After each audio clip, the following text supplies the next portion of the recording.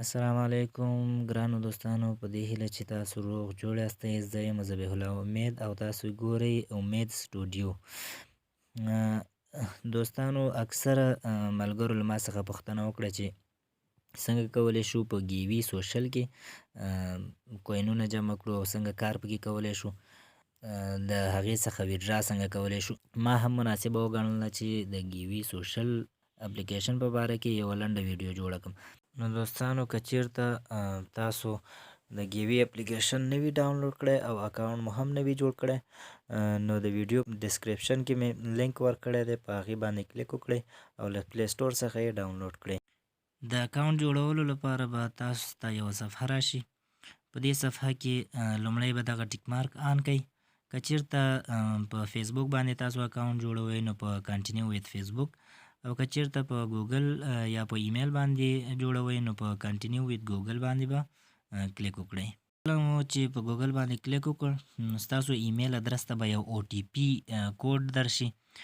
دغه او ټي پي کوډ به دلته په خانه خالي کې ووهئ او نو ستاسو اکاونټ به خلاص شي. دوستانو کله مو چې د ګیوي اپلیکیشن خلاص کړ نو تاسو د هر لایک په کولو سره تاسو ته 50 کوینونه جمع کیږي.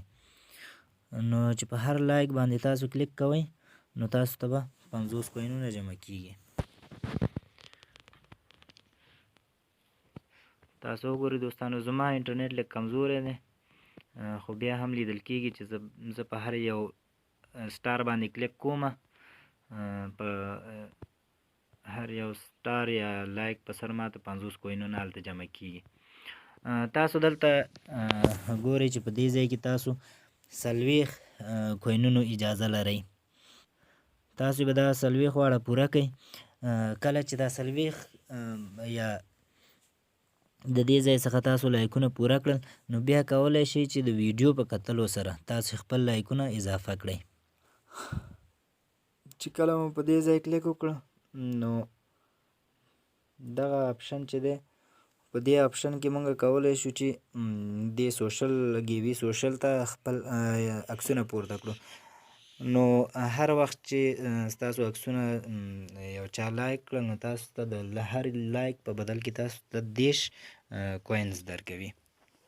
راځو اوس څنګه ویډرا کولی شو. د ویډرا کولو لپاره په دې ویډرا باندې کلیک کوو. نو لومړی موږ چې څومره کوینونه لرو هغه باید موږ ډالرو ته کنورټ کړو. نو په دې کنورټ باندې کلیک کوو. نو وګورئ دوستانو چې 0.06 شو، کنورټ شو. اوس دا نور هم کنورټ کومه.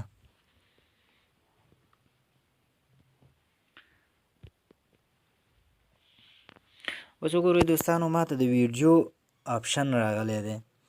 نو زه کولی شم چې اوس یو ویډیو په کتلو سره زه یو عکس، که څه هم ماته 9 ګنټې او 20 دقیقې بیا هم پاتې دي د عکس پورته کولو لپاره، خو دا چې د ویډیو علامه راغلی ده نو زه په دې ویډیو باندې کلیک کوم. او کله چې زه یوه لنډه ویډیو وګورم نو ماته د یو عکس پورته کولو بیا اجازه راکوي. نو هر څومره چې تاسو ته د ویډیو آپشن درځي نو په ویډیو باندې کلیک کوئ، ویډیو ګورئ، نو تاسو ته به د یو عکس پورته کولو بیا اجازه درکوي. دا وګورئ دوستانو، اوس زه کولی شم چې یو عکس د ګیلري څخه پورته کړم او یا د کیمرې په واسطه یو عکس واخلم. دوستانو کله چې تاسو په دې ځای کې USD په دې ځای کې 0.19 ډالره پوره کړل نو تاسو کولی شئ چې دا ویډرا کړئ. د ویډرا لپاره به په دې ځای کې په دې ویډرا باندې کلیک وکړئ او دلته به ورته 0.19 انتخاب کړئ که چېرته تاسو پوره کړي وي یا له هغې څخه زیات وي.